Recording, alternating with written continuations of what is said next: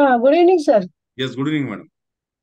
मला मला खूप असं छान वाटतंय, म्हणजे जे मी असं सारखं मला निगेटिव्ह विचार वगैरे यायचे ना, किंवा असं दुसऱ्यांना जज वगैरे करायचं, म्हणजे जे काम म्हणजे मी स्वतःच असं बोलायची हे होणार नाही वगैरे, ते आता मला खूप माझ्यामध्ये स्वतःला मला फरक खूप छान जाणवतोय. मला खूप बरं वाटतं आणि हे करायचंच होतं. अगोदर मी योगा आणि ब्रह्मविद्या केली आहे, तर त्याचा मला पण कुठेतरी जरा फायदा होतोय याचा. आणि येस, माझे ते येस. प्रश्न होते ते पहिल्या सरांनी विचारलेले तेच माझे प्रश्न होते. त्यामुळे त्याची उत्तरं मला मिळालेली आहेत. म्हणजे किती वेळ करायचं वगैरे काय. तर 7 फेज किंवा ओपोनो ओपोनो किंवा 7 चक्रास. तर येस. ते हां, ते कळलेलं आहे मला.